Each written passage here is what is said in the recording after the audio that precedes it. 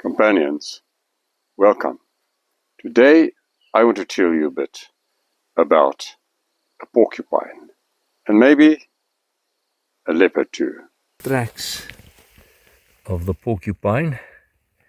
If you look carefully, you may be able to see the drag marks from some of its smaller spines.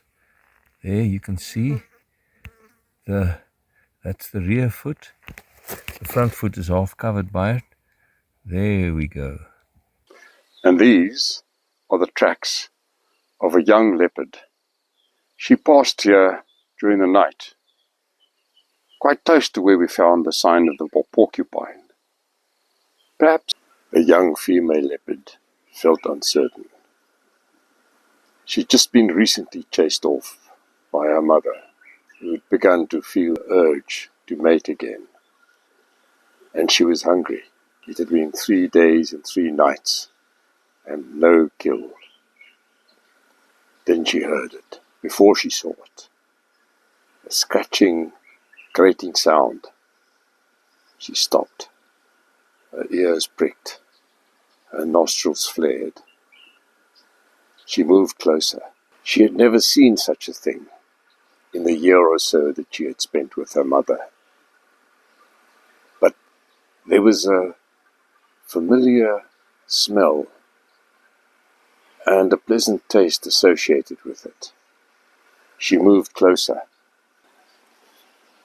part curious, part playful, part predatory. The thing was digging and gnawing at a stump that was chewed off right into the ground. All she could really see was a restless bundle of quills.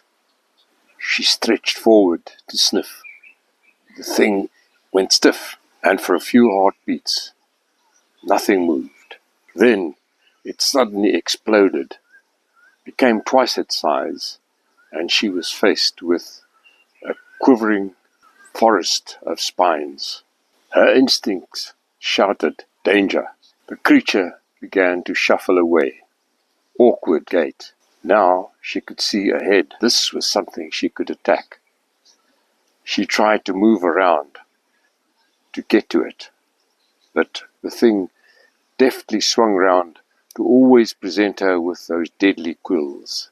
Frustration flared. She leapt right over it. As she landed on her front feet, she pivoted around, quick as the strike of the puff adder. This caught the porcupine off guard. It hesitated for a moment. That was enough. She struck with her front paw, nails bared.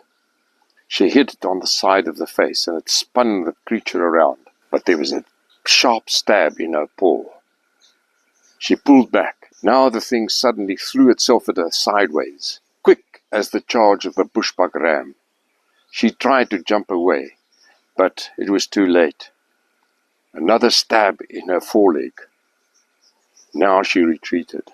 She lay down and turned her paw upside down. The quill was jutting out from between her pads. She managed to grip it with the incisors and tried to pull it out, but it was stuck. She chewed at it. She managed to break it off. Eventually she managed to yank it out with a twist of her head. She limped away, panting, and lay down.